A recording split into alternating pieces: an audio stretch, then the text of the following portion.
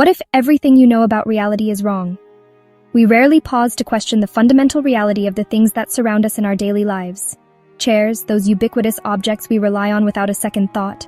Cups, holding our morning coffee, a simple comfort, friends. They feel solid, tangible, and certain. But if we truly stop and ponder, what does it actually mean for something to exist?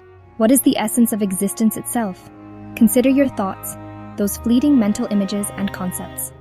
You can't touch them, hold them, or weigh them, but they profoundly shape your life, influencing your decisions and actions. Or consider a fictional character, like the brilliant detective Sherlock Holmes. He isn't real in the same way your friend is. He doesn't breathe or walk among us, yet he feels incredibly real to millions of readers around the world. Gravity, that invisible force, and numbers, abstract concepts existing only in our minds, aren't visible to the naked eye, but we trust their effects implicitly and use them daily in countless applications. The very air we breathe, sustaining our lives, is invisible, yet utterly essential for our survival. Our world, and indeed the universe, is filled with these unseen realities, these intangible forces and concepts that shape our experience. So, where do we draw the line, if there even is one, between what we consider to be real and what we dismiss as not?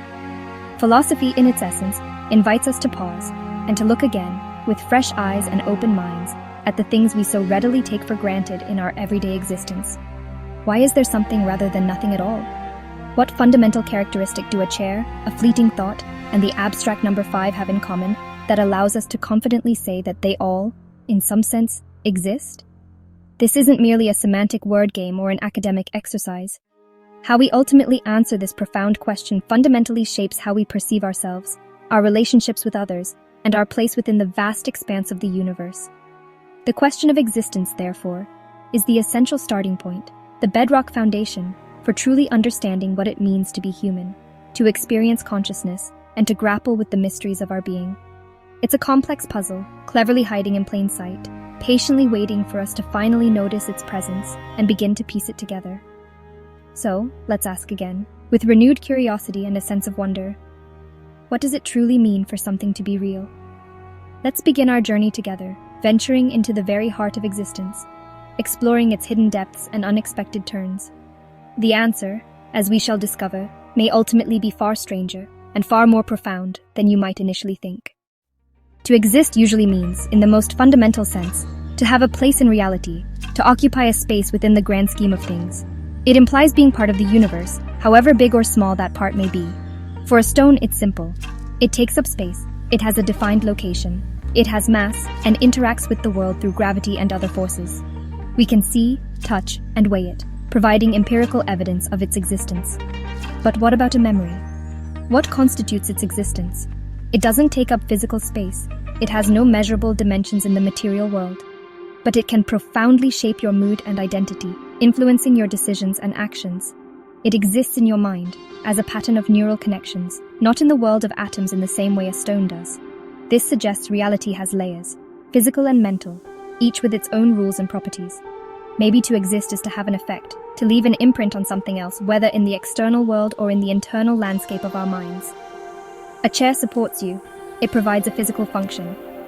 The idea of justice shapes society. It guides our laws and moral codes. Love changes how we act, influencing our relationships and motivations. If something can make a difference, if it can alter the course of events, it exists in some way, regardless of its tangibility. Existence isn't one size fits all. It's not a binary state of being present or absent. It's a spectrum, a gradient of different forms and manifestations. On one end, we have physical objects, things we can directly interact with. On the other, abstract ideas and emotions, which shape our experiences and behaviors. All are part of reality, contributing to the richness and complexity of our world, just in different ways, each playing a unique role in the tapestry of existence. The real challenge is appreciating the many ways things can be real, expanding our understanding of what it means to be. What kinds of existence might we overlook every day, dismissing them as unimportant or unreal? Our world is richer and stranger than it first appears, filled with hidden layers of reality. The boundaries of reality are not as clear as we think, often blurring and overlapping in unexpected ways. So what counts as real in your life? What holds significance and shapes your personal reality? The answer might surprise you. revealing hidden depths and unexpected connections. Let's look deeper and explore the multifaceted nature of existence. René Descartes, a towering figure in philosophy, embarked on a quest. He wanted to find something, anything, that he could be absolutely certain existed, a bedrock of truth upon which to build knowledge. He doubted everything, even his senses, and the very existence of the world around him. He subjected everything to rigorous scrutiny. But he realized that even if he was being deceived, perhaps by an evil demon, he had to exist in order to be deceived in the first place. The very act of thinking, of doubting, proved his existence. I think, therefore I am. For Descartes, this was the only certainty, the one undeniable truth. It was his own conscious mind, his own awareness of self. This shifted the entire foundation of reality, away from the external world, and towards our own inner awareness. You can doubt absolutely everything, except the undeniable fact that you are, in that very moment, doubting. Our own mind, therefore, becomes the very anchor of reality. But does this mean, then, that only thinking things can truly be said to exist? This question opens up a major debate, a philosophical can of worms, about the fundamental nature of reality itself. Let's see where it leads us, shall we? After Descartes, philosophers split into two camps. Materialists say only matter is real. Everything, even thoughts, comes from physical processes. If you understand the laws of physics, you understand reality. But can feelings and consciousness be reduced to atoms? Idealists argue the opposite. Mind or consciousness is fundamental. The physical world might only exist as it's perceived. To be is to be perceived, said Berkeley. Movies like The Matrix play with this idea.